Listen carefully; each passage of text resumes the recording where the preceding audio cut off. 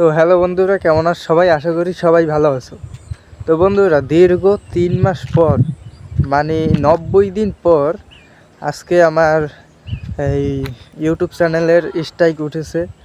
আসলে এতদিন পর্যন্ত আপনারা কেউই আমাকে অতটা সামনে দেখেননি। আসলে স্ট্রাইক খাওয়ার পরে আমি আমার এই চ্যানেলে ভিডিও দেওয়া বন্ধ করে দিয়েছিলাম। তারপর এই আজকে কেবল স্ট্রাইকটা উঠেছে। এখন থেকে আমি নিয়মিত এই চ্যানেলে ভিডিও দেব। আমাকে যারা চিনো খুব, তারা এখন থেকে এই চ্যানেলে প্রতিদিন ভিডিও পাবে। তো সবাই আমাকে সাপোর্ট করবে এতদিন যেমন করছিলে। তো আমি দীর্ঘদিন এই চ্যানেলটিকে কাজ করেছি, ভিডিও আপলোড করেছি, কিন্তু একটি ভুলের কারণে আমার চ্যানেলটিকে কমিউনিটি গাইডলাইন্সে একটি স্ট্রাইক এসেছিল। আসলে স্ট্রাইক এটা ওয়ার্নিং এসেছিলো জাস্ট। তো ওয়ার্নিংটা 90 দিন হলো মাত্র উঠে গেল।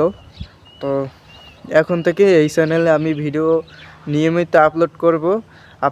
আপনারা যারা যেমনটি জানেন, ইতিহাস ভিত্তিক যে ভিডিওগুলো, তো সেইগুলোই আমি আপলোড করি, আবার নতুন করে আপলোড করা শুরু করব। আসলে অনেকে বলবে যে সব কিছু কীভাবে ওয়ার্নিংটা আসলো, আপনি তো সবই জানেন, ইউটিউব সম্বন্ধে অনেক কিছুই জানেন। তো আসলে একটা কথা আছে না বাংলায়, যে শয়তানের ভুল আছে, মানে শয়তানের ভুল নেই কিন্তু মানুষের ভুল আছে। ঠিক তেমনই অনেক কিছু জানার সত্ত্বেও, মানে যেমন শয়তানের ভুল নেই, তেমন আমি তো আর তেমন ওই রকমের শয়তান না যে আমারও ভুল থাকবে না। অবশ্য আমারও ভুল আসছিল, তো সেই জন্য ভুল করে ফেলেছি। আসলে হিটলারকে নিয়ে কিছুটা কথা বলছিলাম, তো সেই জায়গা থেকে আমার কিছু মিস কথা হয়েছিল। তো সেই জায়গা দিয়ে আমাকে স্ট্রাইক